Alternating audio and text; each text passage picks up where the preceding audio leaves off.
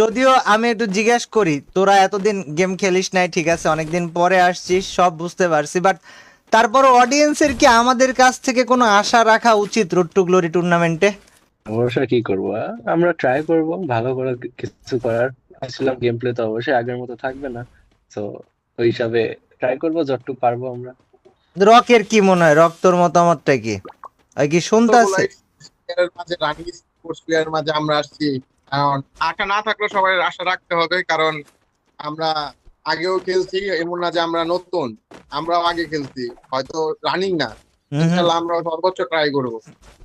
So guys, আমরা actually একটা plan করতেছি, আর সেটা হচ্ছে আমাদের ই স্পোর্টস স্কোয়াডের একটা প্ল্যান। এখন এটা কি, এখন বিস্তারিত কিচ্ছু বলবো না। মোটামুটি আমাদের টার্গেট হচ্ছে আমাদের রেজাল্ট আমাদের থেকে বেশি কথা বলবে। আমরা মুখ দিয়ে যত না কথা বলবো, তার থেকে রেজাল্ট বেশি কথা বলবে। সো সেটার জন্য অবশ্যই সময় লাগবে, বাট আমরা একটা চেষ্টা করব, অ্যান্ড আমাদের একটা পরিকল্পনা আছে। সো রক, নাইম, ওদেরকে তোমরা দেখতে পারতেছো, মীরকেও ফেরত নিয়ে আসবো, এটাও আমার পরিকল্পনার মাঝখানে অন্তর্ভুক্ত। অ্যান্ড তার সাথে গাইজ, যদি সামাও পারি, মানে শিওর না আমি, বাট যদি পারি ফ্লেম এক্স রে নিয়ে আসতে, তাহলে ফ্লেম এক্স রেও তোমরা দেখতে পারবা।